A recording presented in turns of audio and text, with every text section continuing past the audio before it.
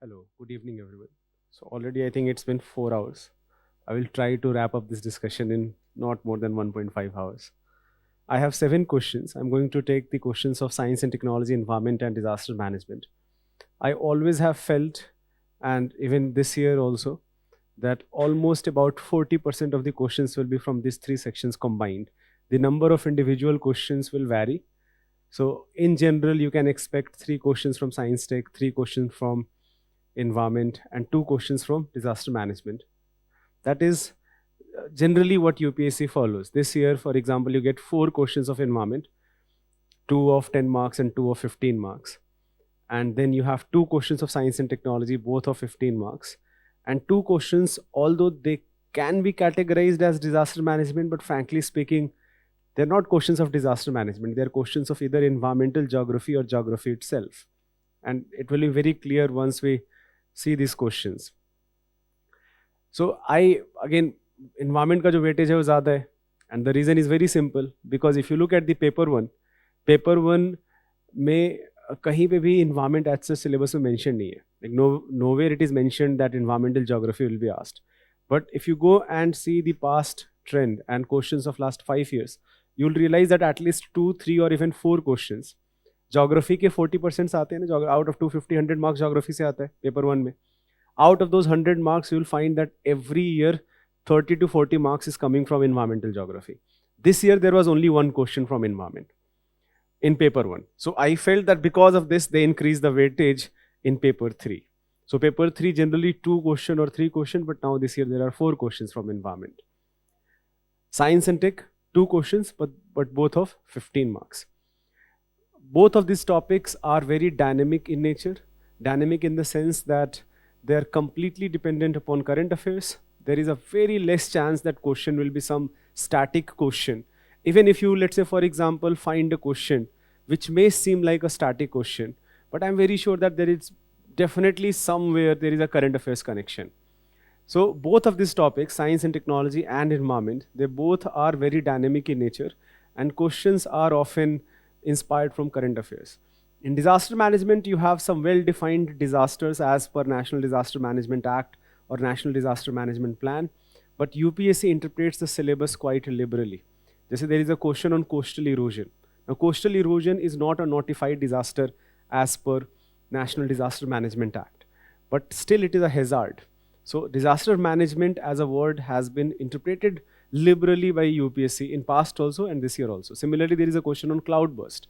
What causes cloudburst? Now that is a question of geography, frankly speaking. It is not a question of disaster management, but because cloudburst often leads to flash floods, which is a disaster, and we have dedicated guidelines, this connection UPSC is using and asking question from cloudburst. Maybe they wanted to ask this question in paper 1, but already पूछ लिया सारे question. So they accommodated this question here in paper 3. So often you will find trend like this. So let's start with the very first question. Rather than dividing them separately, I'm going in order. So the very first question of environment was of environment, which I have to take. That is question number 6 of the paper.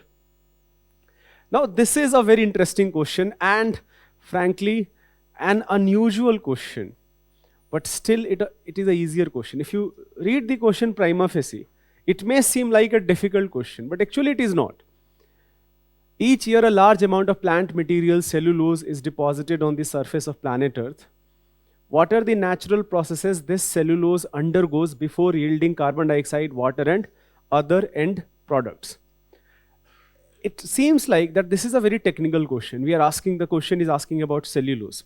So just one technical information which you needed perhaps is what exactly is cellulose. If you know that, apart from that, there is no technicality. This is a question about carbon cycle. Carbon cycle is one of the first topics which you study in environment. जब environment आप पढ़ते हो, nutrient cycling पढ़ते हो, the very first topic you are going to study is carbon cycle, where you study that how in the presence of sunlight, green plants can fix carbon, where CO2 as an inorganic compound is fixed and converted into carbohydrate, right? ये सबने पढ़ा होगा बचपन में. All of you must have studied this even as a child, the process of photosynthesis. So photosynthesis जो हमने बचपन में पढ़ा, that is a very simple mechanism. In reality, what you find that rather than one carbohydrate molecule, which is called a monosaccharide, mono means one, saccharide, it is a biomolecule. So rather than monosaccharide, what you get is a polysaccharide. Many carbohydrate molecules are interlinked together. So remember the formula you studied, C6H12O6. This was the formula, that CO2 plus H2O that led to carbohydrate, C6H12O6. ये formula सबको याद होगा. But cellulose is nothing but C6H10O5 and many of these molecules together. So rather than what this is the actual product you get, rather than a monosaccharide, जो actually में जो carbohydrate जो glucose है, that actually में जो आपका biomolecule है, that exists in the form of cellulose, where there are many glucose molecules, there are many carbohydrate molecules which are interlinked together, hence the term N here. So for example, look at this wood. This wood is fundamentally made of cellulose. Cellulose is one of the most deposited material on the planet. All of wood, all of the grass, all of the plant straw, whatever biomass generation occurs by plants, most of that biomass is actually cellulose. The percentage will differ. For example, a cotton plant has 90% of cellulose. In general, a normal plant, I'm talking about the dry mass. I am removing H2O part. ये हमेशा clear होना चाहिए. That I'm talking about dry biomass weight. मैं H2O को जैसे for example in our body we have 70% of water. In trees also you have 60% of water. So I am removing the water part. And whatever is left, that part, in cotton 90% it is cellulose. In other type of plants it is again 70-80%. So cellulose is one of the most ubiquitous biomolecule which is found on the planet. Across all plants, all shrubs, even small grasses, all of them fundamentally make cellulose. And this is, cellulose leads to what we call primary production in an ecosystem, that no species can make their own food. Plants can through the process of photosynthesis. Lot of energy that will be lost also, but the energy which is stored, that energy is now passed on from one trophic level, from one food chain to other levels of food chain. So plant will be eaten by herbivores, herbivores will be eaten by carnivores, and that is how energy passes through the entire food chain. So the primary energy that is stored by plants in the form of cellulose, right? Now how that energy is released. So this question is about both of these things, that how the energy storage occurs in the form of cellulose and how that energy is released once plant dies, or in general once organic material dies. The answer is very simple. It will be done by bacteria and fungi. So the question was very simple. The only thing perhaps which you needed to know is this formula. You needed to know what cellulose is. You needed to know its significance. Again, just in perhaps few words, you have to define what cellulose is. You have to define its significance in ecosystems. You have to talk about that most of the plants which we see, most of the plants which we use in furniture or all of that, that is actually majority of that is cellulose. So one of the most ubiquitous polysaccharide molecule, that is cellulose on the planet. Estimatedly, about 10 to the power 12 ton of cellulose is manufactured by plants on this planet every year. Right, so if you know this fact, you can always use this fact. Even if you do not know, that is totally fine. Once you know this, if you know this part, rest of the part is very easy. Rest of the part is nothing but carbon cycle. कि carbon जो है inorganic form में, carbon dioxide के form में है, and now you have stored that into organic form in the form of cellulose. So cellulose is one of the most ubiquitous organic molecule on the planet. ये चीज़ आपको लिख के आना है. Then you have to write about the main, that, but however, that is not the main question. You only have to use that first paragraph, introductory paragraph, where you are writing about what is cellulose and its significance. But the main question is, what are the natural processes this cellulose undergoes before yielding CO2, water, and other end products? So the first natural process is photosynthesis itself, that from photosynthesis, CO2 will be converted into this link of carbohydrate molecules, which is cellulose. And the next process will be that when plant dies, or in general, whenever an organic material dies, so that will lead to biodecomposition. Who will do this biodecomposition? Small organisms, microbial organisms, bacteria, fungi. A simple leaf, when it falls, if you go 2 days later, you'll find that this leaf is drying up. 5 दिन बाद जाओगे, leaf has completely dried up. What has happened? It has been decomposed by small organisms. And that will, again, all the energy which is released, which is stored there, will be released back into atmosphere. So this cycle will go on. ये जो पूरा cycle है, this cycle is part of nutrient cycling. That energy, sunlight, energy from sunlight stored by green plants, that energy is going to pass on through the food chain, from green plants to herbivores, from herbivores to carnivores, to top carnivores, and finally when any of these organisms, when they die, they will be decomposed, and that decomposition will lead to, again, release of energy back to the atmosphere. So this is now an integral part of carbon cycle. So why I consider this question to be easy? Because fundamentally it was a question about carbon cycle, which is one of the first topic which you study when you study environment. So carbon cycle का जो एक जो major component है, that is cellulose. So the reaction is very simple. आपने जो reaction बचपन में पढ़ा है, 6CO2 plus 6H2O, that leads to C6H12O6 plus O2. Now I am just adding, rather than 6, I am adding N. N can be any integer, 1, 2, 3, whatever. 6N plus 5NH2O plus some calories. That is the photosynthetic process which leads to formation of cellulose. And the opposite process, when this cellulose will be decomposed by bacteria or fungi or any type of other organism, that is the opposite process where again carbon dioxide and water will be released. यही UPSC ने question पूछा था. तो आपको बस explain करना है बहुत ही सिंपल सा पार्ट कि फोटोसिंथेसिस से सेलुलोज बनता है, and when plants die, that occurs because of saprophyte organisms which are called detritus feeders. There are technical words. ये सारे technical word आपको लिखना पड़ेगा. ये saprophytes, जो saprophyte organism है, you have to mention that. You have to mention that जो detritus feeders हैं, they will release back this energy, and in the process CO2 and H2O will be released, right? So ये तो चलो फिर भी in the presence of oxygen होगा, जो reverse process है. This has occurred in the presence of oxygen. I'm talking about this reaction. This reaction goes both ways. So I'm talking about this reaction. In the presence of oxygen, it has been decomposed. But even without oxygen, it can be decomposed. But in that case, rather than CO2, methane will be released, which is called anaerobic decomposition. So decomposition can occur aerobic, that is in the presence of O2, and anaerobic, that is absence of O2. So in that case, methane will be one of the released materials, and that is why this question is carbon dioxide, water and other end products. अब other end product में एक जो बढ़िया example हो गया वो methane हो गया.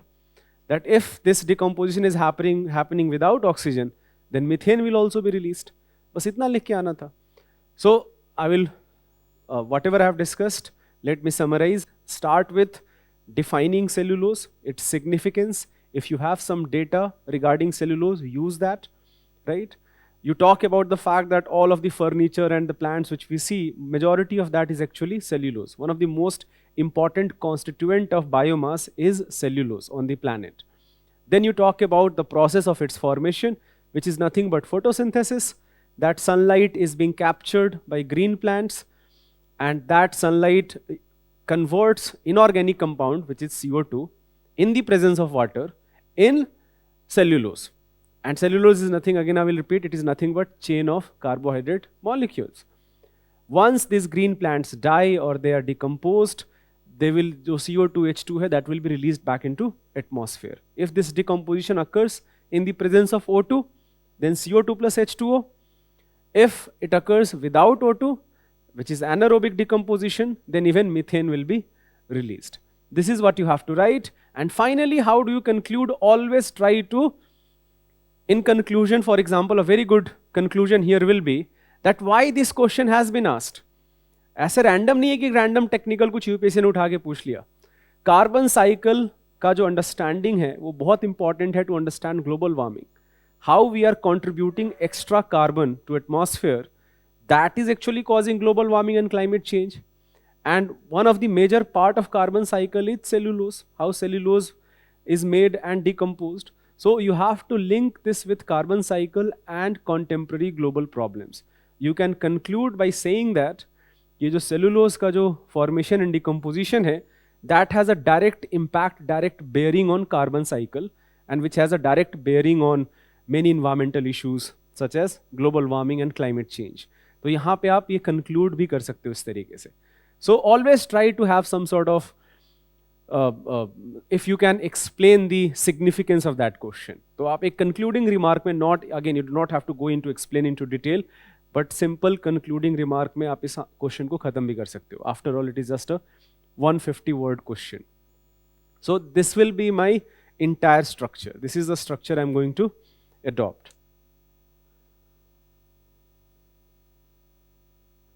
Okay, question number 7. Pollution is again a very important topic.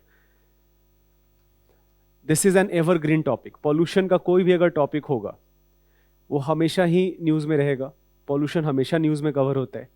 There are many type of pollutants, right? Often we read about particulate matters. We are very serious about particulate matters, PM 2.5, 10.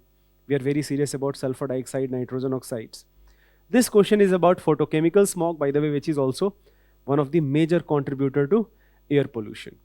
So the question is very simple. Discuss in detail the photochemical smog, emphasizing its formation, effects and mitigation. Mitigation means how do we reduce the impact.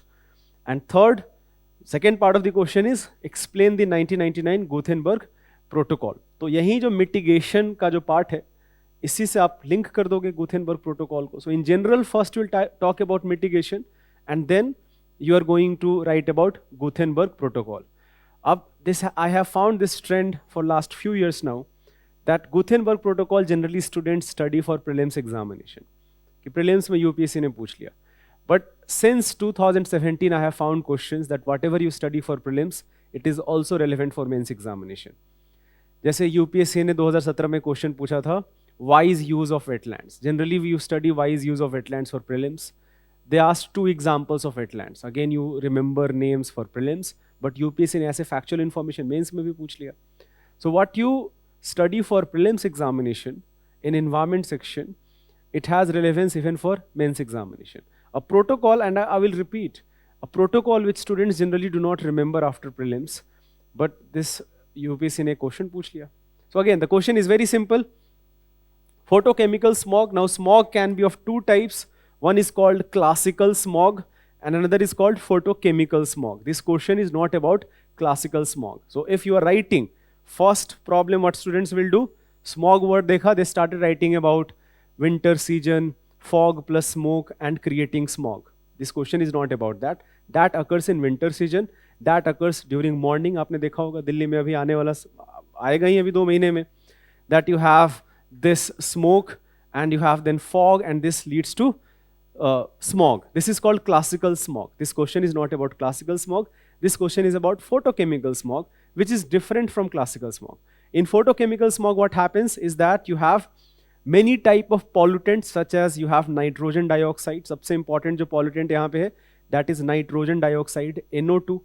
What happens is that NO2 in the presence of sunlight, so first thing, it will occur in summer season, not in winter season. It will occur in summer season on sunny days. That is the fundamental difference between classical smog and photochemical smog. So in the presence of sunlight, NO2 जो है, that will lead to NO plus O as a free radical. Now this O can react with O2 and form ozone. So NO2 is your primary pollutant. जो nitrogen के oxides हैं, primary pollutant in the sense that they are directly released by some process, and ozone is a secondary pollutant in the sense that ozone is not directly released, but because of some other molecules, even it can react, some reaction can occur, that will lead to formation of ozone. So ozone is what we call secondary pollutant. किसी process से ozone directly नहीं निकलेगा, but जो process के कारण जो चीजें बन रही हैं. So for example, NO2, why NO2 will occur? Normal combustion of vehicles. When petrol gets burned, now petrol does not have nitrogen per se, but this combustion occurs in the presence of atmosphere, in the presence of air. Air has 78% of nitrogen. So that combustion is also going to burn nitrogen. That will lead to emission of nitrogen dioxide or nitrogen nitrous oxide. अब ये जो NO2 है, in the presence of sunlight, this is very important, in the presence of sunlight this can be divided into NO plus O, and this O can react with oxygen and it can lead to formation of ozone. Ozone in stratosphere, it is good for us, but in troposphere, जो ground level ozone हम बोलते हैं, it is bad for us. So this ozone is called bad ozone. Good ozone is ozone in stratosphere, which filters out harmful ultraviolet light coming from sun. But this ozone is dangerous. This ozone can cause breathing problem. तो एक तो ये component हो गया, NO2 हो गया, O3 हो गया. The third component of photochemical smog is volatile organic compounds, VOC, इसको हम शॉर्टकट में बोलते हैं. The reason they are called volatile organic compounds because they are very unstable and they are very reactive. So volatile organic compounds, they are released from lot of activities. Lot of times, for example, अगर आप sprayer use करते हो, deodorant use करते हो आप, बहुत बार fumigator हम use करते हैं, that releases VOC. But the most important contribution is again by combustion of fossil fuel such as petrol and diesel. Incomplete combustion of petrol and diesel, that leads to volatile organic compounds. And again, very similar to ozone, which is a pollutant, another type of pollutant which occurs, which is called peroxyl nitrate, right? So the exact reaction will be, so peroxyacetyl nitrate जो है, peroxyacetyl nitrate, again this is also not released directly. This is also a secondary pollutant. So I have now two primary pollutants and two secondary pollutants. Primary pollutants कौन से? NO2, right? So we have NO2, and then you have volatile organic compounds, VOCs, and two secondary pollutants which are ozone, first formation of ozone, and then formation of peroxyacetyl nitrate. These four are major constituents of photochemical smog. Why they are called photochemical smog? Because often they lift up in the atmosphere and they create a brown haze-like condition in the upper layer of atmosphere. Not exactly upper का मतलब stratosphere नहीं है, but in the upper part of troposphere. So a haze-like conditions occurs in summer season, and hence the word smog is there. So, and however, why it is again called photochemical? Because it is induced by, all these reactions are induced by sunlight. So they will occur in sunny days. Up, that is the first part of your question. Question is, discuss in detail the photochemical smog, emphasizing its formation. You will first define photochemical smog. What are they? You are going to talk about its formation, that occurs because of nitrogen dioxide, volatile organic compounds, which are primary pollutants, and in the presence of VOC and NO2 and sunlight, you have formation of ozone and peroxyacetyl nitrate, which are secondary pollutants. All of them put together are known as photochemical smog. So first part आपने solve कर लिया, that is formation. Now come to the second part, effects. Effects are very simple. All of these pollutants cause breathing problems. Some of these pollutants are carcinogen, they can cause cancer. Ozone can adversely affect photosynthesis, right? Many of these pollutants, they are dangerous for your internal organs. Nitrogen dioxide can reduce your immunity system. आपके immune system को compromise कर सकता है. So your nitrogen dioxide से तो problem है ही है, but apart from that, it can also lead to other problems, other diseases. NO2 in itself is quite dangerous because it leads to acid rain. All of these are effects of photochemical smog. So ये जो है again simply 10 mark का question है. You do not have to go into explaining the detail. दो 3 line लिख रहे हो. Simple words में एक लाइन में आपको explain करना है. Breathing problems, heart related problems, immune system, compromising your immune system, the problem of acidification. All of these are issues associated with photochemical smog. Reducing photosynthesis. And its mitigation. The mitigation is also very simple. We know the sources. Main sources are automobile exhaust, right? Main sources are thermal power plants. Thermal power plants में भी जब combustion होगा, that releases lot of nitrogen dioxide. So आपको secondary pollutant का तो आपको कुछ करना भी नहीं है, because the reason they are called secondary pollutants, that they are not being released directly. So if you can reduce primary pollutants, secondary pollutants will automatically reduce. So what are your primary pollutants? NO2 and VOC. So NO2 को आप कैसे reduce करोगे? There is a very famous technology called catalytic reduction.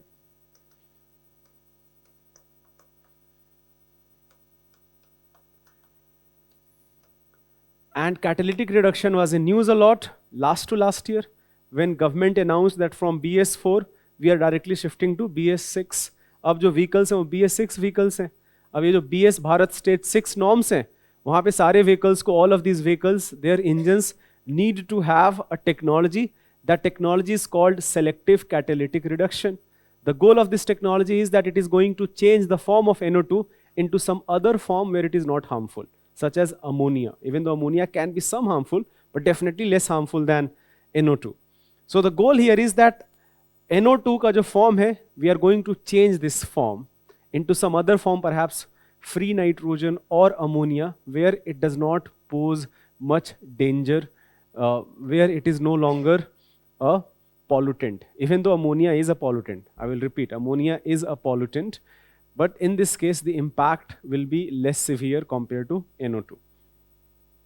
So first, this is the first solution, selective catalytic reduction. Another solution of course can be shifting to, let's say, electric vehicles. Rather than using petrol diesel engines, you use electric vehicles. That is always a very good solution.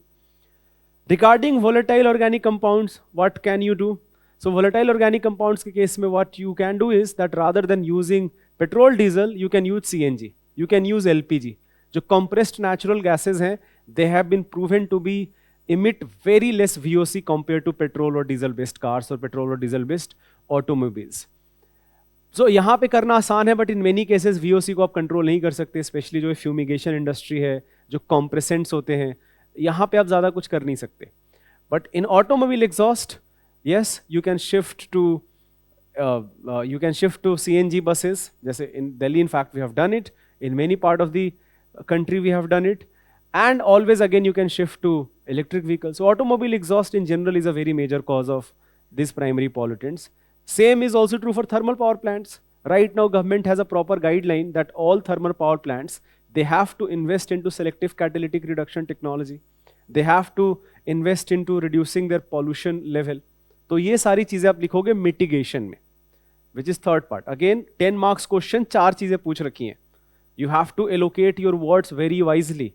Nobody is asking you to explain them into very detail. Just simply write to reduce NO2, selective catalytic reduction technology. To reduce VOC, shifting towards CNG buses or CNG based cars. Shifting towards electric vehicles. Do not go and try to explain that how it will lead, because आपके पास time ही नहीं है. इतना UPSC ने आपको scope ही नहीं दिया है. Because again एक पार्ट अभी भी रहता है, which is Gutenberg Protocol. So Gutenberg Protocol is a protocol from 1999. The goal here was to combat 3 things. First is acidification, second is eutrophication, and third is ground level ozone. अब acidification क्यों होता है? Acidification occurs because of NO2 and SO2. यही 2 main cause है ना. And NO2 also leads to photochemical smog. तो एक तो ये solution हो गया. Second is eutrophication. Again, eutrophication occurs because of nitrogen and phosphorus based fertilizers.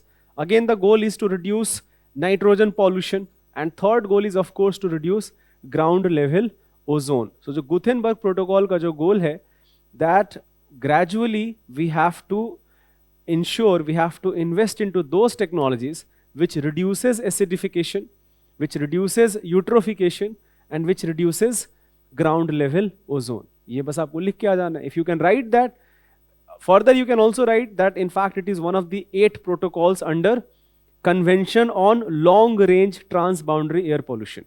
There are 8 conventions collectively known as Conventions on Long Range Transboundary Air Pollution. Gutenberg Protocol उसमें से एक है. If you know this keyword, you can always write it. If you do not know, even that is fine. Just writing that the purpose of Gutenberg Protocol is to combat the problem of acidification, eutrophication, and ground level ozone. And because we are talking about acidification and eutrophication, we automatically have to reduce NO2. And NO2 was a very major cause of photochemical smog. And also we have to reduce ground level ozone. तो ये बस आपको लिख के आ जाना है. So again, this is one of the expected questions because every year photochemical smog जो है न्यूज़ में रहता ही रहता है. आप जाके simply search कर लेना photochemical smog news from last 1 year. At least you will find 20 or 30 instances जहाँ पे कहीं ना कहीं ये covered है हिंदू और इंडियन एक्सप्रेस में दोनों मिला के. तो दिस इज अ टॉपिक जो अगेन करंट अफेयर्स में रहना है and question will be probable every year. अभी इस साल आ गया तो 2-3 साल अब नहीं आएगा, बट उसके बाद फिर से इंपॉर्टेंट हो जाएगा.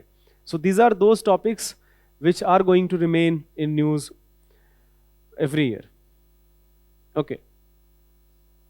The next question is frankly a question of geography rather than a question of disaster management, but because it causes disasters, UPSC has connected the dots and they have asked this. It can be considered as a question of disaster management because geography paper 3 में कहीं लिखा हुआ नहीं है. So the question is explain the mechanism of occurrence of cloud burst in the context of Indian subcontinent.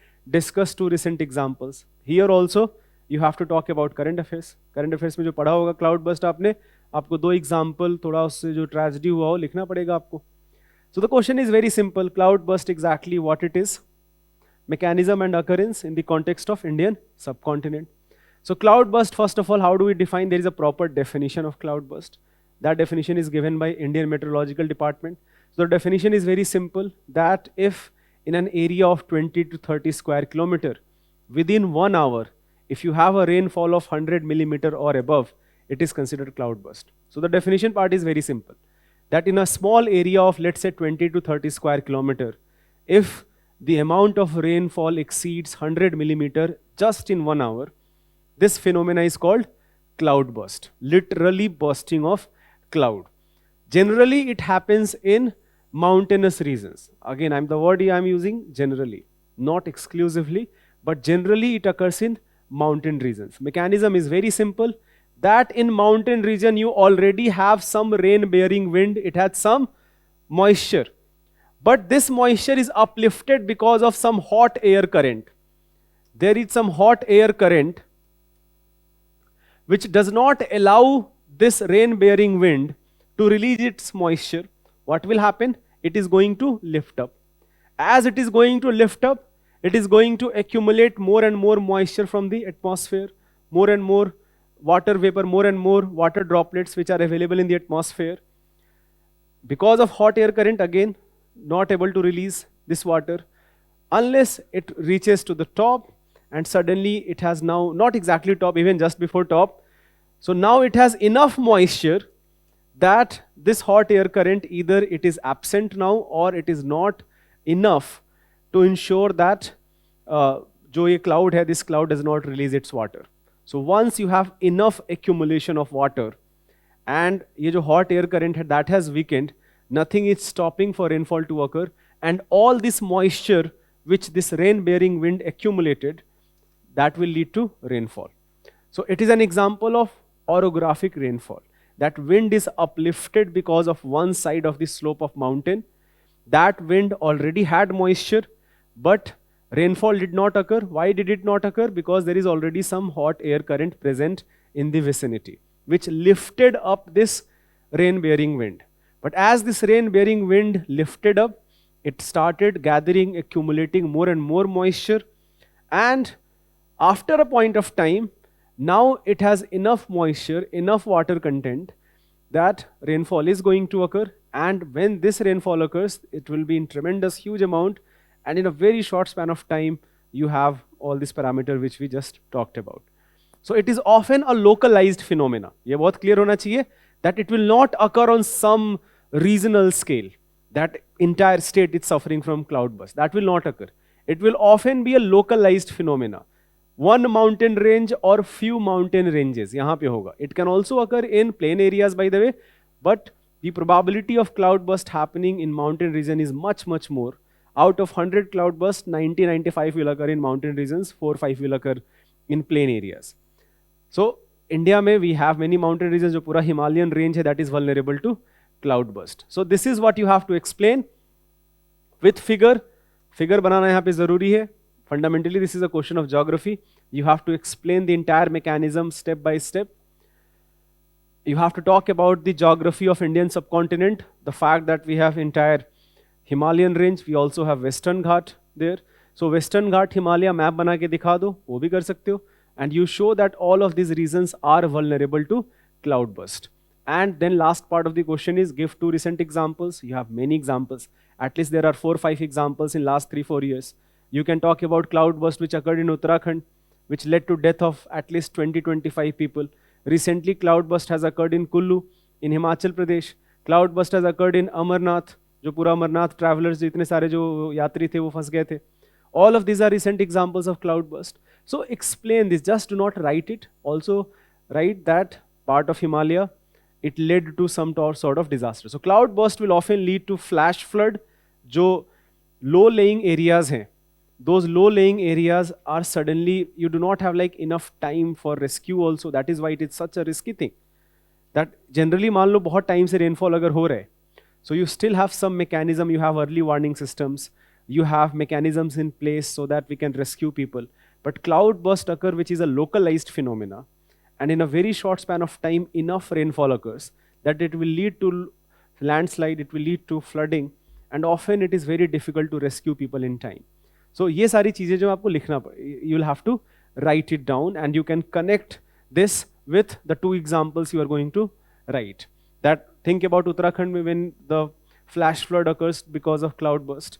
How difficult it was to so many tourists died and so many tourists got stuck in this flash flood. Similarly, जो कुल्लू में जो अभी recently हुआ था और अमरनाथ में जो हुआ था, for few days people are going to stuck. Many people are going to die also. So this is how you are going to connect the first part with the second part. Okay. So a simple question, frankly, and an expected question. For last 2-3 years now, every year you are going to find some instance of cloudburst in Himalayan regions.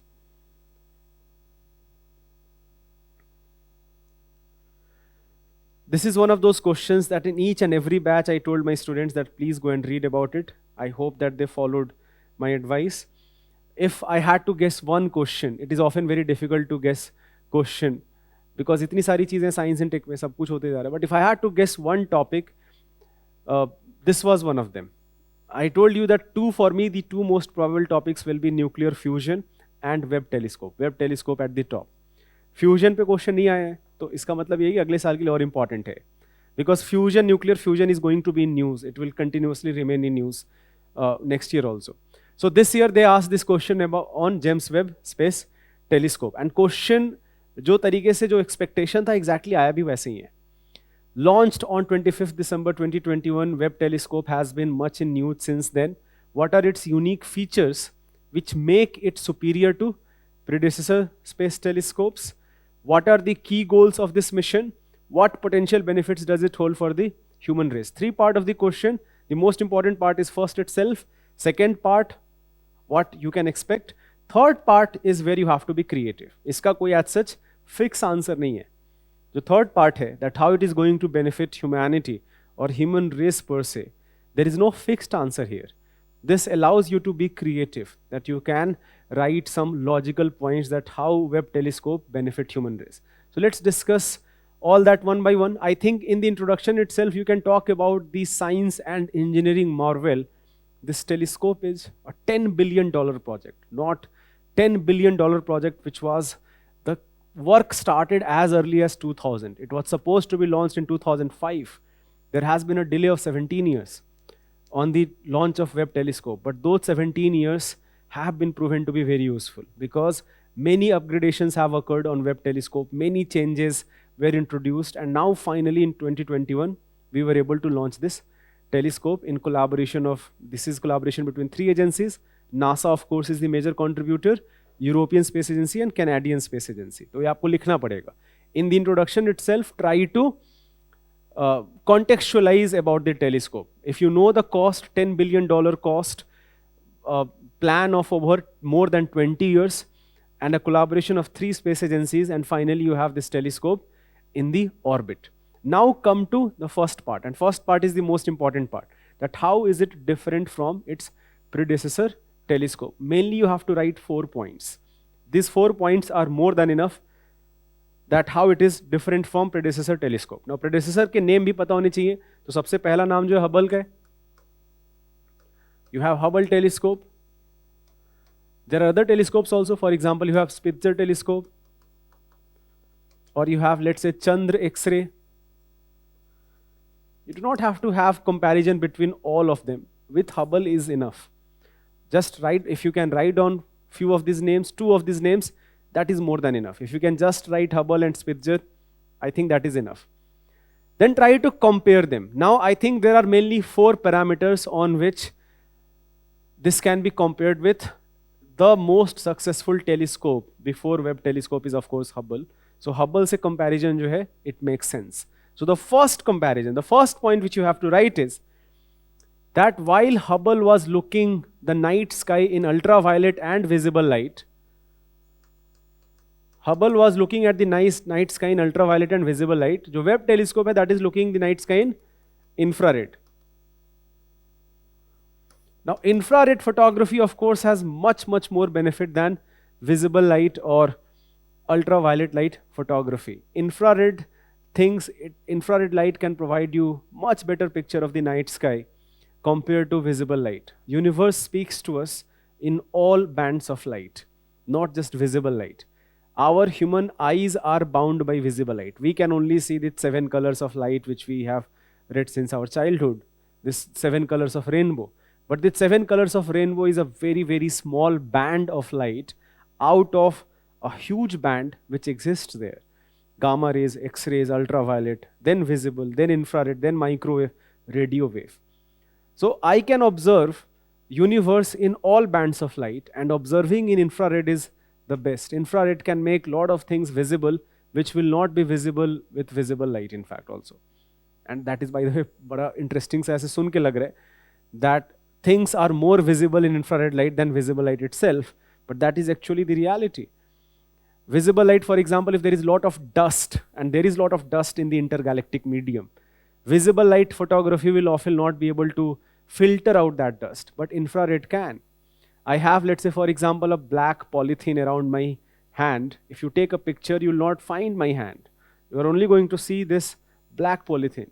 Take an infrared camera, take the picture, my hand will be clearly visible to you. So infrared light filters out a lot of unnecessary things and actually will show you the sources of light such as distant stars and galaxies compared to visible light. That is the first point you are going to write. The second point you are going to write is the orbit. That where exactly it is located. Hubble is located about 500 kilometers. Hubble is located in low Earth orbit.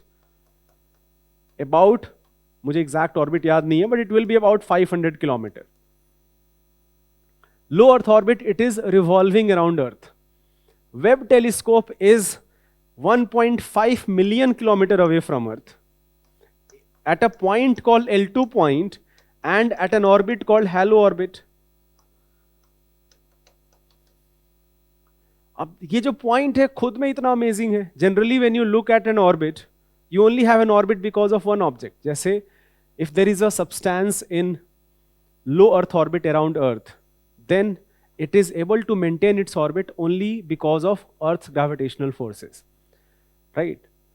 But ये जो telescope है, Webb telescope, that is able to maintain its orbit not just because of Earth, but also because of Sun's gravitational force. So the combined effect of Sun gravitation and Earth gravitation is providing this telescope enough force so that it can maintain an orbit. And now this orbit is not around Earth, it is actually around Sun. Around this point called Lagrange point 2, and you have these 5 Lagrange points. Jesse, if this is Sun, this is Earth, you have to make this diagram in the exam, by the way. I do think that making this diagram will help you fetching extra marks. Then L2 point is somewhere here, 1.5 million kilometers away from Earth. L1 point is here, Lagrange point 1 is here. You have L3 point behind Sun, L4 and L5. These 5 are called Lagrange points. जो telescope है, this telescope is placed 1.5 million kilometers away from Earth. It is orbiting around L2 point. There is nothing at the center, but still it is orbiting around L2 point. And as Earth revolves around Sun, this L2 point in itself is changing. So actual जो orbit है वो बड़ा complicated सा orbit है. That this telescope is orbiting around L2, and L2 in itself is orbiting. So actual orbit, I cannot draw that because it will be a 3-dimensional orbit. I cannot draw that on board. But this orbit, ये जो L2 around के orbit है, this orbit is called halo orbit. Now why we have done it? ये भी explain करना, 15 number का question है, remember.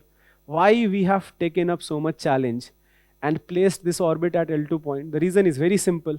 Hubble cannot make observation every time. Let's say for example, Hubble is making an observation of the night sky, but because it is revolving around Earth and Moon is also somewhere nearby, the movement of Earth as well as Moon can cause shadow. Moon will obstruct the point of view of Hubble. Earth, for example, this telescope, if it is observing night sky here, it cannot observe once it is very far away from this point. Again, it has to wait to go back at the particular point. So it cannot monitor night sky continuously. It can come in the shadow of Earth or Moon, right? But iska benefit kya hai? It is 1.5 million kilometer away from Earth. Moon is about 0.34 million kilometer away from Earth. So Webb telescope is 5 times more distant than Moon. It is never going to come in the shadow of Earth or Moon. It can continuously view the night sky without any type of impact of Earth or Moon whatsoever.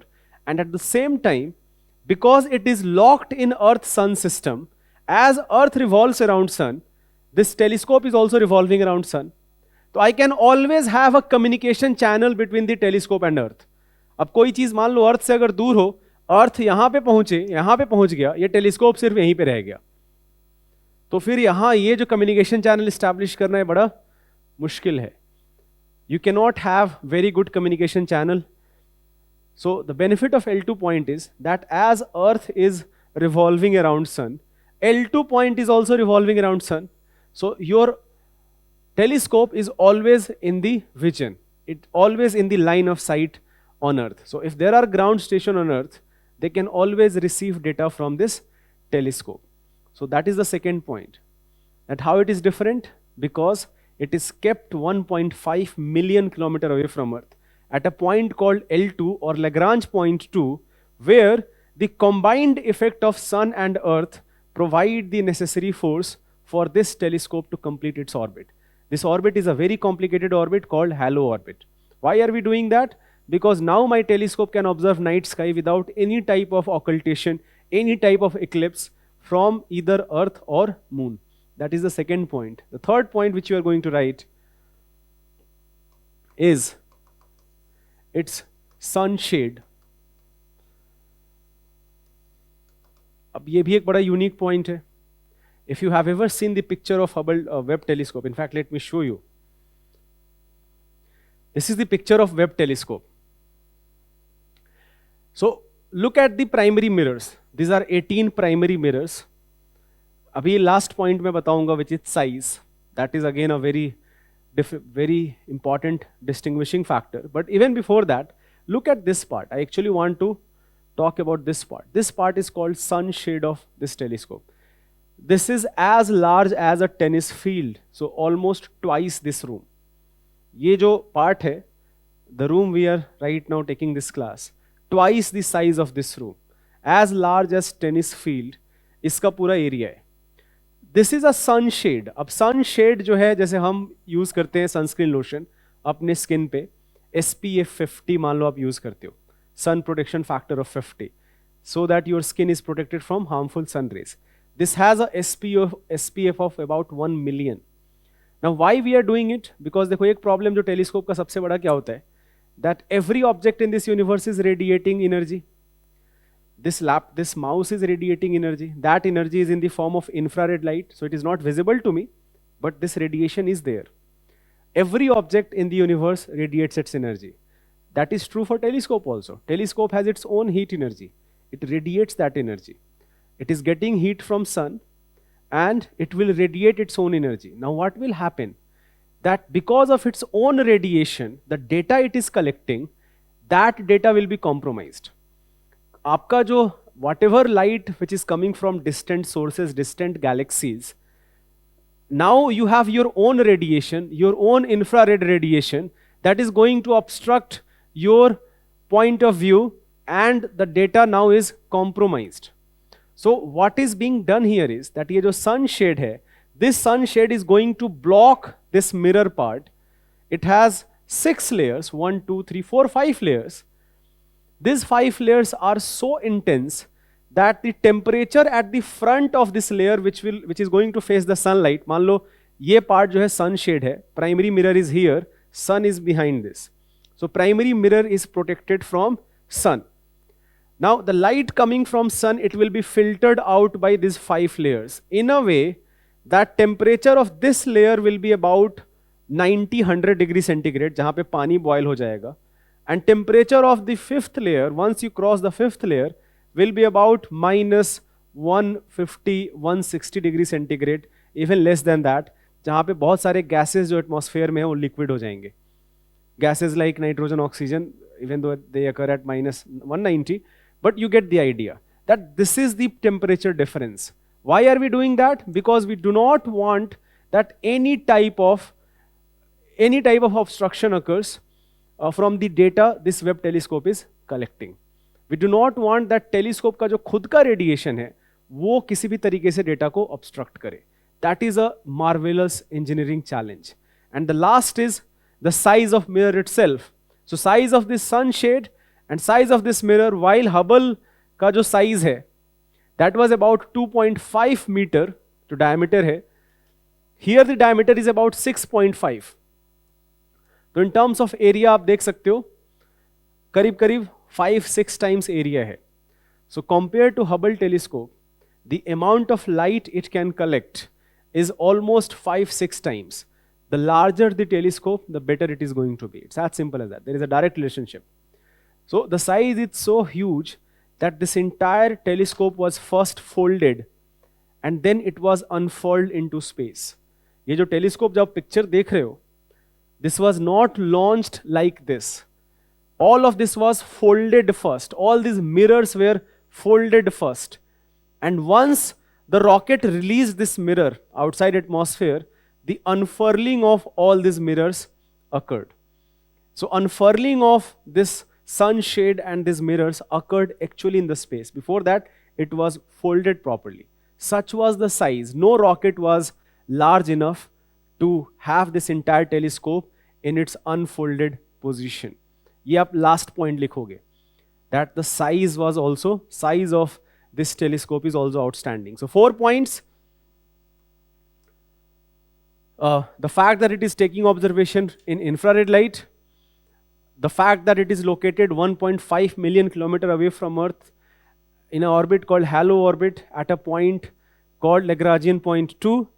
Third, sunshade and SPA factor of 1 million, which protects, which basically ensures that the telescope, whatever data it is collecting, that data is not compromised by light coming from sun, from Earth, from moon, or the light of the radiation of telescope itself. And finally, last but not the least, the size of telescope is more than 2 times, and in terms of area, about 5-6 times. So much more light it can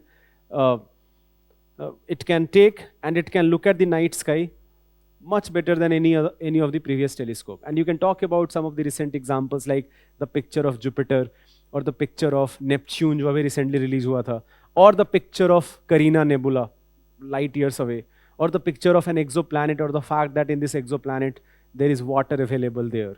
All of that has been done by Webb telescope. So this was the major part of the question. Now let's come to the second part of the question. Second part of the question is, what are the key goals of this mission? So key goals, ये जो पूरा arrangement है, what are we trying to do? So the reason is very simple. We are trying to actually look at universe first in a much better resolution, much better pictures. We have many theories about astronomy. We are trying to confirm those theories.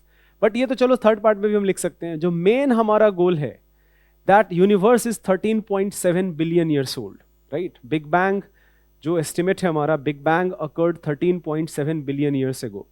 The Hubble telescope could see universe as early as about 12.5 billion years ago. Webb telescope can see the universe as early as 13.2 or even 13.4 billion years ago. So just after few million years, when the first star was formed, when the first galaxies were formed, Hubble telescope can look at the night sky and observe the formation of first stars or first galaxies, something which occurred 13.3 billion years ago. But that light is still there. So that is the potential of Webb telescope. Apart from that, of course, we want to know about ये जो third part है, what are the key goals of this, what potential benefits does it hold for the human race. अब यहाँ पे creative होने का option है. पहला तो potential benefit यही है कि हमारे बहुत सारे theories हैं astronomy को लेके, how universe works. We have theories such as Big Bang, the fact that universe is expanding. Are those theories actually accurate? As a humanity, we think that we have some understanding. Lot of understanding, of course, is not there, but we have some understanding that how stars or galaxies or things, how do they move? Is our understanding correct? Webb telescope can answer that question. Another benefit can be that Webb telescope can find exoplanets where maybe life is possible. Or Webb telescope can find information about planets of other planets of our own solar system, that if life is possible there or not. Are there ingredients of life available there? It can do that, right? So it can find a lot of mysteries about the universe, such as, let's say, dark matter. We do not know what dark matter is. We want to understand about this thing called dark matter. Maybe the data collected by Webb telescope will shed some light on this mysterious thing called dark matter or dark energy for that matter. So ये सारी जो चीजें हैं, ये third जो question है, third part जो है, this allows you to be creative. We want to see the earliest phase of first light coming of the universe. When universe was dark and when first light came of the universe, we want to observe that light, right? So it allows you to imagine that we can understand about cosmos, even though our own place in cosmos is very insignificant, but we can understand about the cosmos. That is the potential of Webb telescope for human race. तो again last point जो है, जितना आप creative हो सकते हो आप लिखो, इसका कोई fix answer नहीं है. First और second fix answer है. There are some parameters on which telescopes, early telescopes and Webb can be compared, and key goals जो हैं वो भी बहुत fix हैं. But जो last part है, be as creative as you can. So again, a very expected question and a very good question also. Next question, देखो, this question I was expecting last year, but COVID-19, believe me, COVID-19 जो है आने वाले 3-4 साल के लिए current affairs है. Simple सी चीज़ है. Anything associated with COVID-19 which you think that should have been asked in 2021 or 2022 till 2025, I think question जो है COVID-19 से related कुछ ना कुछ आते रहेगा. So this question is, what is the basic principle behind vaccine development? How do vaccines work? What approaches were adopted by Indian vaccine manufacturers to produce COVID-19 vaccines? 3 parts of the question, 15 marks, all parts are equally important. First is very simple. What is the basic principle? Basic principle is very simple, that your immune system, the goal of vaccine is to train your immune system, that if we can generate a similar immune response, which by the way body will remember, so that once you get actually infected by the same pathogen, the body has this memory, body has this already this mechanism to produce same type of antibodies and to fight off this infection. So the basic principle is very simple, that your immune system can be trained.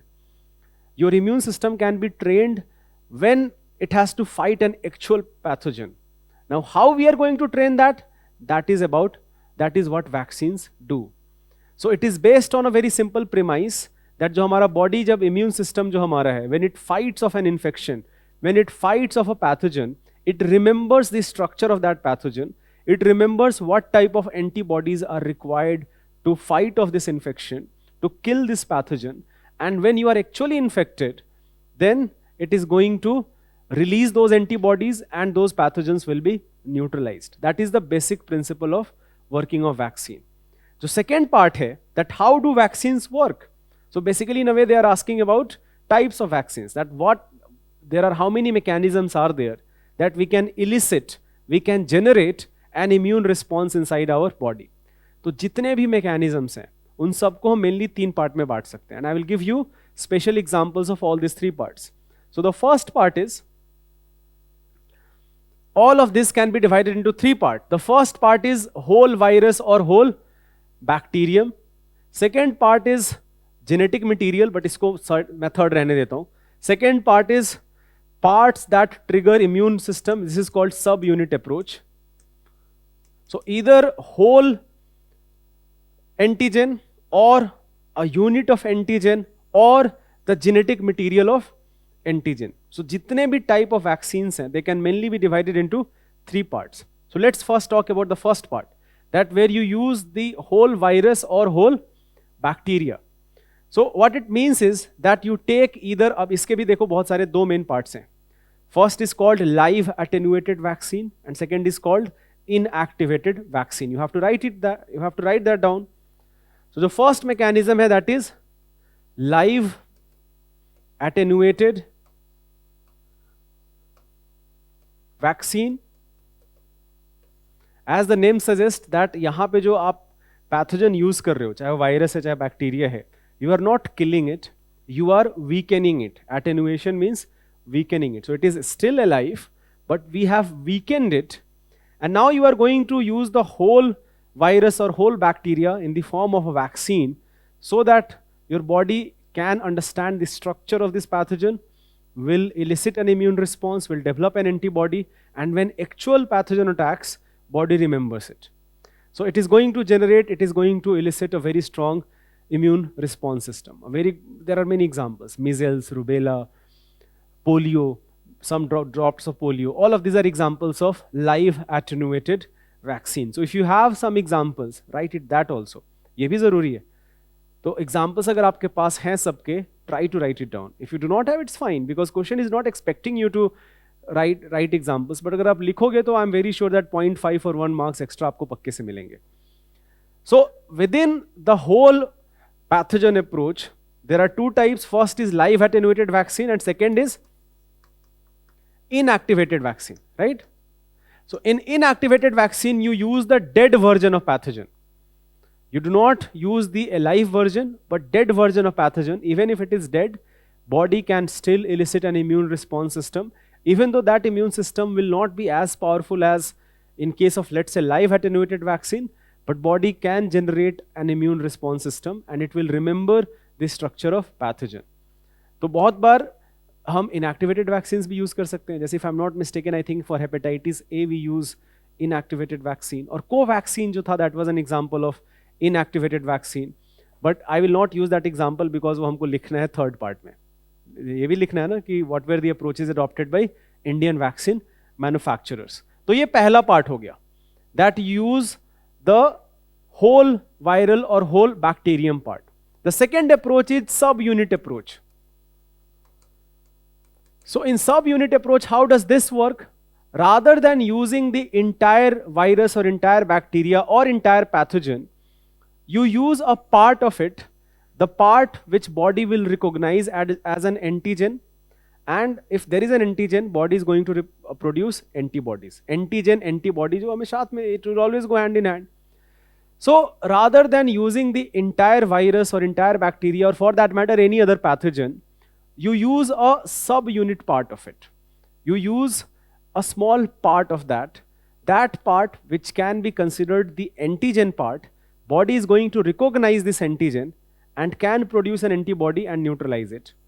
So there, even within subunit approach, there are many types of vaccines. For example, there is a vaccine called recombinant vaccine. In recombinant vaccine, आप क्या करते हो? You take an antigen part, you can make some genetic modifications, and then you use this antigen part as vaccine. Or there can be a conjugate vaccine. In conjugate vaccine, what you do, that बहुत सारे जो bacterias ऐसे होंगे कि bacterias का अपना protein होगा, but उनका एक लेयर ऑफ लिपिड होगा, एंड होगा या लेयर ऑफ सैकेराइड होगा, कार्बोहाइड्रेट, लेयर ऑफ पॉलीसैकेराइड होगा.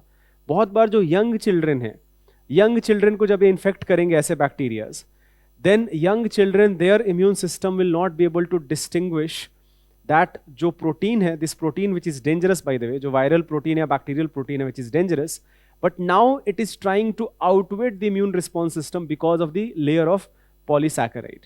So we have to train body that even if there is a layer of polysaccharide, जो fundamental जो pathogen है, that is made of a protein, and that protein is dangerous. So when you use parts of bacteria or parts of viruses, especially for some bacterial infections it is used, जैसे pneumococcal diseases जो हैं, जो pneumococcal conjugate vaccine हम use करते हैं, that you basically use parts of bacteria, even with layer of polysaccharide, body can be trained and body can elicit an immune response system. Another type is, if you remember it, you can write it, it is called toxoid vaccine. तो toxoid vaccine में जो आपका virus या bacteria है या जो भी pathogen है, आप उसको यूज नहीं करते. When they enter our body, they produce some type of toxins. Those toxins are dangerous. So you develop a vaccine against those toxins.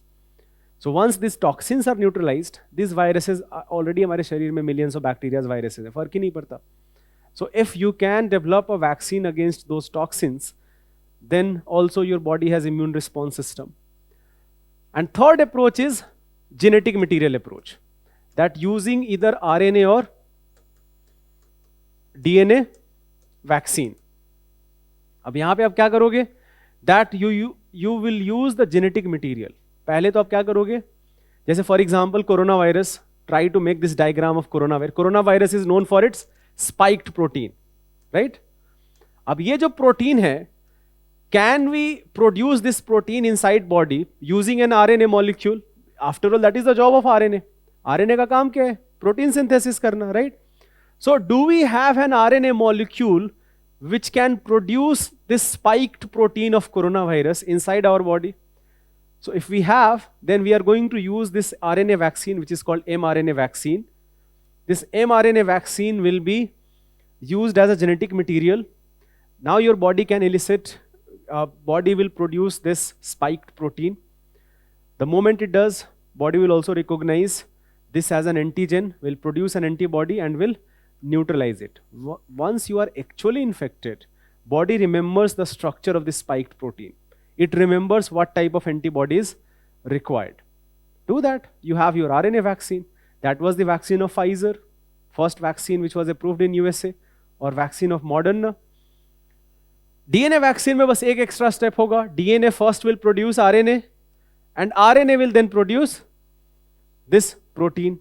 So DNA vaccine will first produce an RNA molecule inside our body. That RNA will help in protein synthesis. That protein is the antigen part, and body can again develop an antibody against it. तो ये आपका second part है. That how vaccines work. You can talk about that there are mainly three approaches. First is using the entire pathogen. That can be, example can be live attenuated and inactivated vaccine. Second approach is subunit approach. Example can be recombinant, conjugate, toxoid, all these vaccines. Third is genetic material approach using RNA or DNA. And the last part of the question is that what approaches were adopted by the Indian vaccine manufacturers to produce COVID-19 vaccine.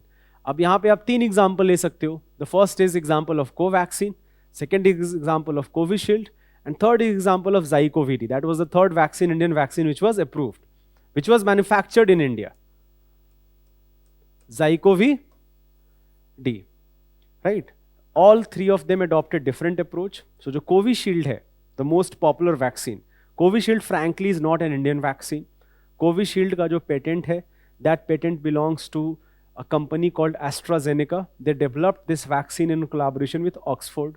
So Oxford and AstraZeneca developed this vaccine and they entered into a licensing agreement with India. तो एक line जो आप हमेशा लिखोगे यहाँ पे, जो पक्के से लिख के आना चाहिए, that any type of epidemic or pandemic, it cannot be resolved without Indian cooperation because of our capability to produce vaccine at very low price.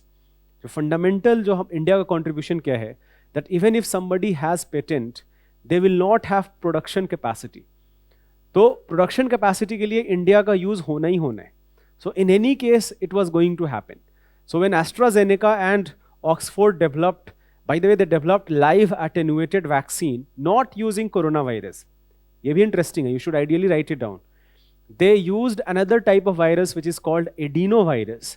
Adenovirus also has spiked protein, but that spiked protein was further genetically modified in lab. Adenovirus was genetically modified to give it structure like coronavirus. Then it was used as a live attenuated vaccine, and the first one of the first vaccines, which is Covishield, that was produced. Now AstraZeneca entered into a licensing agreement with Serum Institute of India that based on some sort of profit sharing arrangement, हम allow कर रहे हैं, we are sharing our patent with you, you can manufacture this vaccine, right? तो ये आप पहला लिखोगे कि how, what was the strategy in case of Covishield? Covishield के केस में जो strategy था वो था licensing agreement and the fact that India has capability to produce enough vaccines, not for just its own people, but also for the rest of the world. ये आप पहला part लिखोगे. So Covishield, a live attenuated vaccine using adenovirus, not coronavirus, but using adenovirus. Covaxin is an indigenous vaccine. Covaxin was developed by Bharat Biotech in collaboration with National Institute of Virology as well as Indian Council of Medical Research. This is an example of inactivated vaccine, right? This was also approved as an emergency measure. Later we found out that it is as much effective as Covishield itself, even more effective in some cases.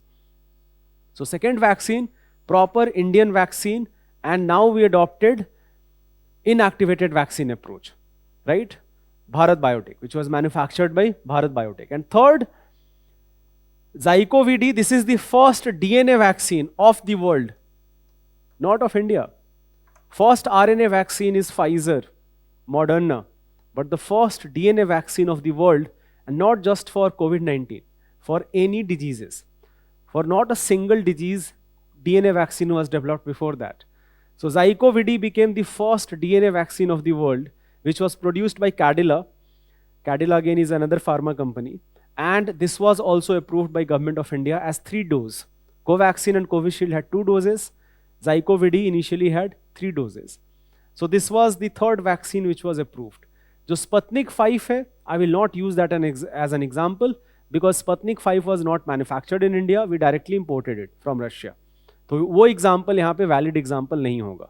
Question clearly है कि Indian manufacturers का approach क्या था. So Covishield, licensing agreement, Covaxin, inactivated vaccine, ZyCoV-D, first DNA vaccine of the world.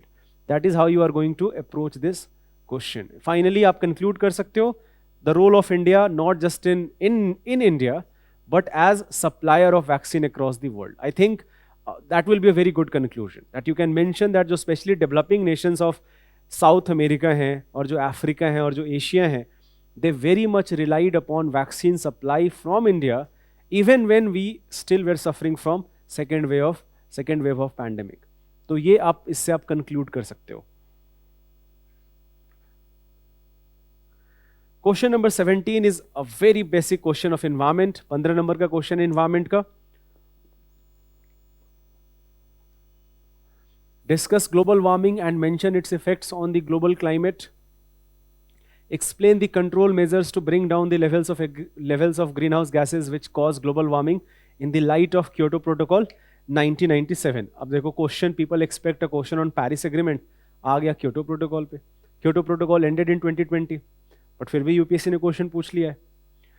तो because it is a very important protocol, even though it ended in 2020, nonetheless it is a very very important protocol. And still जो parties of Kyoto Protocol हैं, they were exactly translated to Paris Agreement. So anyways, first part first. अब ये question ऐसा है कि जो सब लोगों को आता है. Everybody knows this question. Everybody has things to write answer here. तो आपको extra marks कैसे मिलेंगे इस क्वेश्चन में? तो उसका बहुत सिंपल है कि you have to as much information you can provide in terms of data, as much authentic reports you can quote, as much authentic data you can write, you are going to get good marks. It's as simple as that. So it is not just about, जैसे for example, first part इसमें कुछ आप अलग कर नहीं सकते except perhaps drawing diagrams. Ideally you should draw a diagram, you should explain the greenhouse effect, you should explain that how sunlight coming from sun, that a major part, about 30% is first reflected from the atmosphere itself. That does not contribute to anything. About 70% enters to Earth. some of that will be absorbed by different surfaces of the earth, right? A part of that will be reflected. That reflected light, especially जो infrared part है, that is trapped by greenhouse gases and they radiate this gas back to earth. So that is the entire greenhouse effect. अब यहाँ पे दो चीजें हैं जो global warming में कंट्रीब्यूट करती हैं. जो पहला चीज है वो है increase in the concentration of greenhouse gases. As you have more and more greenhouse gases, more and more infrared light is trapped within the atmosphere, and that is how your atmosphere and overall earth is going to warm up. That is the first mechanism. So ये तो सब लोग लिख के आएंगे, but जो second mechanism है वो कम लोग लिख के आएंगे. That is the concept of radiative forcing.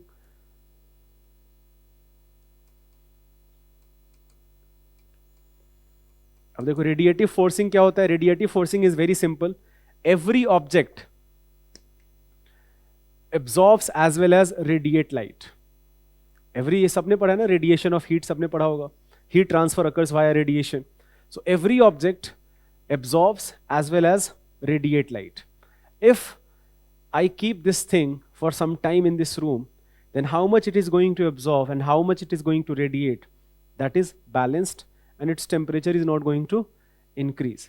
But let's say, for example, I have a small burner near this bottle. The amount it is going to receive now versus the amount it is going to radiate, there is clearly a mismatch. The heat it is receiving is much more than the heat it is radiating. तो क्या होगा? Gradually इसका temperature increase होगा. So if I have a heat source and if you are absorbing more heat, then overall your temperature is going to increase. Now how do you absorb more heat? From sunlight. I'm talking about light coming from sun. So that depends upon what type of surface I'm talking about. जैसे मान लो जो snow है, बर्फ जहां पे होगा, that reflects 95% of sunlight. जो grasslands हैं, they will reflect about 60-70% of the sunlight. जहां पे भी green plants हैं, they will reflect lot of sunlight. But the moment you clear the grasslands, the moment snow is melting, becoming water, then now you are absorbing more heat. So this is the second mechanism. Both of them are interrelated. Remember this. Because greenhouse gas is increasing, temperature is increasing. Because of that increase of temperature, you have melting snow. Melting snow का क्या consequence क्या है? Reduced albedo. By the way, this is called albedo. That how much sunlight you reflect, this is called albedo. Albedo of snow is highest, 90-95%. Albedo of water will depend upon quality of water. बहुत ही fresh water का albedo हो सकता है 70% हो, but जो गंदा पानी हो उसका albedo हो सकता है 30% हो, 20% हो. So first mechanism is increase in the concentration of greenhouse gases. सब लोग ये diagram बना के आएंगे. Everybody will write about it, but you should also write about radiative forcing and its contribution, that how you are changing land. आप जितना ज़्यादा grassland clear करोगे, जितना ज़्यादा forest clear करोगे, जितना ज़्यादा ice melt होगा, all of that is going to decrease the albedo. It is going to allow more and more trapping of heat within Earth's surface itself. That also contributes to global warming. तो ये दोनों चीजें लिख के आनी है पहले part में. Now let's come to the second part. Second part, everybody is going to write all sort of information. How you are distinguished from other candidates. For that, you have to use data. Be more specific. Let's say, for example, I'm saying that average temperature compared to pre-industrial level, let's say 1850. हम एक base year ले लेते हैं 1850. कि 1850 के comparison में जो average temperature है, that has increased. If you only write that has increased, you are not going to get very good marks. If you write that it has already increased by about, let's say, 1 degree centigrade or more than 1 degree centigrade, about 1.04 already has occurred, you are going to get good marks. So be more specific. That ये जो second part है, that its effects on the global climate. So you are going to write about that. कि ये जो effect of global climate क्या है? You are going to write about all of these things. That how much average temperature has increased. If you say, let's say, for example, sea level rise has occurred. Water is expanding, right? Sea level rise has occurred. So that sea level rise it varies from about 1 millimeter to even 7-8 millimeter into certain oceans. जैसे in Indian Ocean, every year the sea level rise is by 3 to 4 millimeter every year on an average. Be more specific. So the more you say, let's say for example that ocean acidification is occurring, ocean का जो pH value है वो decrease हो रहा है. Be more specific that it was about 8.2, now it is about 7.9, write it. So the more specific your values are, if you can pinpoint it, if you can, and by the way, always try to now use some authentic literature. अब सबसे authentic यहाँ पे क्या होगा? सबसे authentic होगा IPCC के assessment reports. You have Intergovernmental Panel on Climate Change. It releases assessment reports regarding impact of climate change. Recently, it released 6th assessment report. So quote this report, write in your answer that as per 6th assessment report of IPCC, the expected temperature increase by the end of century, if we do not reduce our greenhouse gas emission, is about 2.5 degrees centigrade. If all of the countries become carbon neutral by 2050, the increase will be 1.6 degrees centigrade. If it is by 2070, it will be 2 degrees centigrade. If we do not do that, then the increase can be from 3 to 3.5, even 4 degrees centigrade, which is disastrous for the climate. ये आप लिख के आओगे. So try to quote IPCC report here. Talk about overall climatic factors. Talk about glacial retreat. Talk about the fact that Arctic already has melted about by 10 to 20%. जहाँ पे ice था permanently, वहाँ पे अब water है. Arctic का जो average temperature है, that has increased by more than 4 degrees centigrade. Overall average temperature is 1 degree. Arctic alone has the temperature increase of 4 degrees centigrade. Write about that. So the more specific you are, and Arctic or Antarctic में जो change होगा, by the way, remember these are polar areas. Change in polar areas is going to impact the entire climate of the globe. Ocean currents will be affected. जो cold और ocean currents हैं, they are going to be affected. जो ocean circulation है, especially जो जिसको हम thermohaline circulation बोलते हैं, जो ocean water in depth, how it moves across the planet and how it carries heat from equatorial region to polar regions and how it carries cold water from polar to equatorial regions. In the transfer of it, that is being affected. That effect has a disastrous, if let's say for example, if that weakens, it has an effect overall disastrous for earth climate. It is going to change the wind pattern, ocean currents pattern. It is going to destroy the local economies. ये सारी चीजें आप लिख के आओगे. You are going to talk about increasing forest fire. जो boreal forests हैं, they are burning. Amazon rainforest is burning because of Australian bushfire. आप example आप ये दोगे आप. So these are the examples you have. The more specific examples, the more data and authentic data, which is backed by some authentic report, let's say IPCC assessment report or UNEP report or any type of other reports, or for example, let's say a report by Ministry of Environment Climate Change of India, the more such report you quote with data, you are going to get good marks. Because believe me, this is one of those questions जहाँ पे सब लोग कुछ ना कुछ लिख के आएंगे. सबने पढ़ रखा है environment में, climate change क्या होता है, global warming क्या होता है, global warming का क्या impact है. तो सब लोग कुछ ना कुछ लिख के आएंगे. You have to be just more specific. You have to be more data specific and you have to quote authentic reports here. The second part of the question is, third part in fact, ये दो part था. Discuss global warming and mention its effects on global climate. Now third part is, explain the control measures to bring down the level of greenhouse gases which cause global warming in the light of Kyoto Protocol 1997. तो आप थोड़ा सा आपको background देना पड़ेगा that in 1992 Rio Summit occurred, right? Earth Summit हम जिसको बोलते हैं. So 1992 of Rio Summit led to UNFCCC, United Nations Framework to Combat Climate Change. Finally, in 1997, Kyoto was agreed upon, but it was only implemented in 2005. ये भी पता होना चाहिए. Kyoto जो negotiation है, 1997 में in principle countries agreed that जो developed countries हैं, they have to reduce greenhouse gases. But it only came in force in 2005.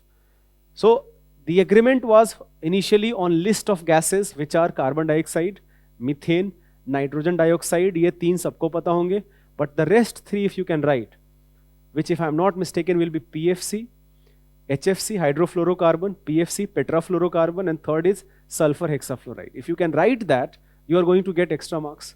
तो ये जो 3 गैस है वो सब लिख के आएंगे. अगर आपने ये लिख दिया कि it was for both developing and developed nation तो आपका मार्क्स कट जाएगा. Kyoto Protocol was a mechanism initially only for developed countries. All countries were divided into annexures, annex, non-annex countries. It was only for Annex A and Annex B countries. जो developed countries थे और जो economies in transition थे. Economies in transition कौन थे? जो USSR जब disintegrate हुआ था and many new countries emerged out of USSR. Eastern European countries जो हैं, they were called economies in transition. US, Japan, Western European countries, they were developed countries. So it was applicable to them. Okay, it was applicable initially for 6 gases. If you mention that, you are going to get good marks. तो जितना ज़्यादा आप specific होगे उतना better आपको marks मिलेगा. Then 3 mechanisms were implemented that you can reduce greenhouse gases via these 3 mechanisms. The first is clean developmental mechanism. The second is joint implementation. The third is emission trading system. ये आप mention करके आओगे. Again सब लोग अगर हवा में लिख के आ रहे हो, बस ऊपर ऊपर से बातें लिख के आ रहे हो, you are not going to get good marks. So you have to mention this 3 things. Clean developmental mechanism क्या है? That it allows you that if you want to reduce green house gases you can reduce that even in developing nations. सबका target है, all developed countries have the target that this much CO2, this much N2O, this much CH4 you have to reduce. To do that, you can implement a project even in developing nations. You do not have to do that in your own boundary. You can do that even in other countries. For that, you are going to get a certificate, Certified Emission Reduction, CER. That was the first. Second is joint implementation. Now, the goal of joint implementation was that countries, ये जो annex countries हैं, they can collaborate together and they can invest together into emission reduction, hence the name joint implementation. And third is emission trading system. Now this is again a very, very important system because that created a carbon market. That ये जो clean developmental mechanism के अंदर जो भी आपको certificate मिलेगा, now every country is going to get some certificates. Some of them are going to achieve their target. Some of them will not be able to achieve this target. Maybe countries which overachieve their target. That let's say they have to reduce 100 ton of CO2, but they reduced 120. Another country only reduced 80. So this country has extra 20. This country is 20 ton deficit. So a carbon market mechanism where this certificate is tradable now. That is emission trading system. So the carbon market was established by Kyoto Protocol. It did not work properly, but वो question उसके बारे में है नहीं, तो हमको लिखने की जरूरत नहीं हो. So these were the 3 mechanisms. 1997 implemented in 2005. 6 greenhouse gases initially for developed nations and economies in transition, right? Later in 2012, a Doha amendment occurred. It was extended up to 2020, and at the same time, negotiations started on the next phase of climate change agreement, which is Paris Agreement. तो ये आप इससे conclude करोगे. तो ये सारी चीजें पहले आप लिखोगे. गोल क्या था, किसके लिए एप्लीकेबल था, ये 3 mechanisms थे, and finally you are going to conclude that ये जो Kyoto Protocol है, that became the basis of a separate agreement. By the way, Paris Agreement is not part of Kyoto Protocol. Doha Amendment जो हुआ था 2012 में, that is part of Kyoto Protocol. Doha Amendment further expanded the scope, the countries, the targets, all of them were revised. And at the same time, it laid the foundation of Paris Agreement, which by the way, is a separate agreement, and now it is in force. This is how you are going to conclude your answer. इतना ही scope है. Paris Agreement आपसे, nobody is asking you to explain Paris Agreement here. Nobody is asking you to write that why carbon market did not succeed. ये सारा scope के बाहर है. So whatever is being asked, limit your question to only those things. And last question, which can be considered as a question of disaster management, that is coastal erosion. Explain the causes and effects of coastal erosion in India. What are the available coastal management techniques for combating the hazard? देखो हमेशा एक ना visual memory होना चाहिए, जहाँ पे भी आप विजुअलाइज कर सकते हो चीज़ों को. The reason I have used these two pictures just to give you a visualization of both erosion as well as a mechanism that how you can protect coastal erosion. So coastal erosion is very simple, that जो coastal land, coastal rock, gravels जो भी हैं, because of wave action or tidal action, they are often taken up by water, and this land, this coastal land is now devoid of a significant amount of sand or significant amount of gravel and all that, that leads to coastal erosion. So definition part is very simple. What is coastal erosion? So coastal erosion का जो definition है वो बहुत simple है. But that is not the main question. The main question is causes and effects. तो पहला आप क्या करोगे, एक लाइन में आप define करोगे. Causes क्या है coastal erosion के? So there are some natural causes, but there are anthropogenic causes. What are the natural causes? Wave action. Wave action leads to coastal erosion. Wave action क्यों होता है? More wind. More wind velocity, more wave action, more coastal erosion. Third natural cause, tidal action. Especially जो high tide जब भी होगा, high tide will lead to more coastal erosion. So there can be natural causes, जो बहुत clear होना चाहिए कि natural causes के कारण coastal erosion होगा. But there can also be anthropogenic causes. अब anthropogenic causes क्या है?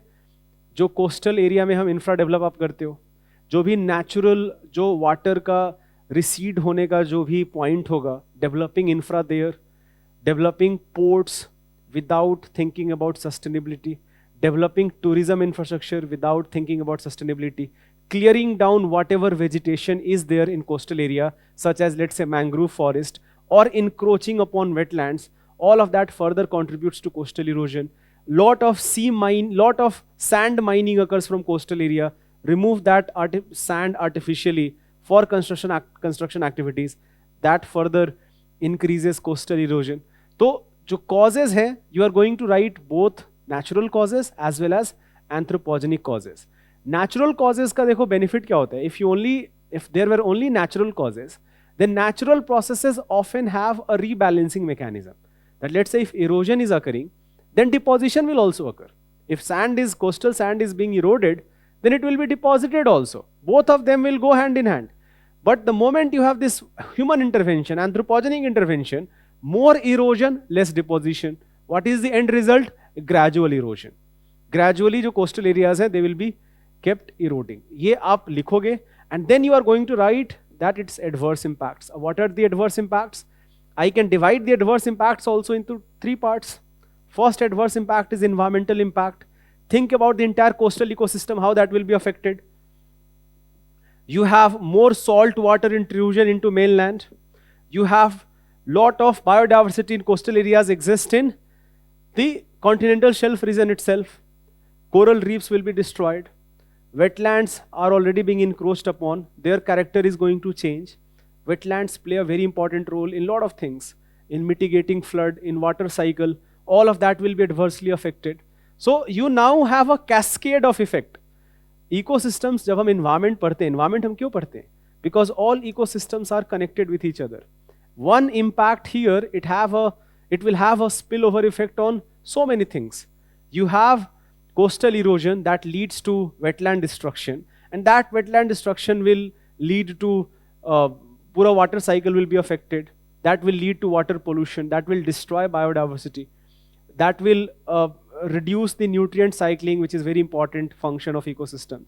तो ये सारी चीजें आप लिखोगे. So these are some of the natural impacts. It will lead to destruction of coral reefs. ये सारी and coral reefs पे बहुत सारे biodiversity जो उस पे dependent है. So you can mention that. Then you can also have economic impacts, by the way. Coastal erosion के कारण क्या होगा? First, aquaculture will be affected. जो fishing activity है, that will be hugely impacted. So जो coastal communities का जो एक major source of revenue है, that will be affected. Another impact, economic impact will be that, especially where coastal erosion is very high, gradually tourism is also going to reduce, which is again often a very important economic activity in certain coastal areas. That is also an impact, you have to write it down. Another impact will be that jo coastal erosion, now you do not have a natural protector, which was the sand. It is not there. So there will be more intrusion of salt water into mainland. That is not only going to destroy a lot of your infrastructure, but it will also lead to salt water intrusion in groundwater. आपका जो drinkable water है, fresh water availability जो already बहुत कम है, वो आपका और deplete होगा. तो all of these points you have to mention. There can be socio-cultural impacts also. Lot of coastal areas जो हैं, they have a lot of significance in our culture. जैसे तमिलनाडु में बहुत सारे temples हैं, they are near coastal areas. जो द्वारका है पूरा गुजरात में, that is considered as a pilgrimage. So all of these places will be adversely affected because of coastal erosion. So cultural decline भी है, that can also be pinpointed here. So all of these points you can mention the impact of coastal erosion.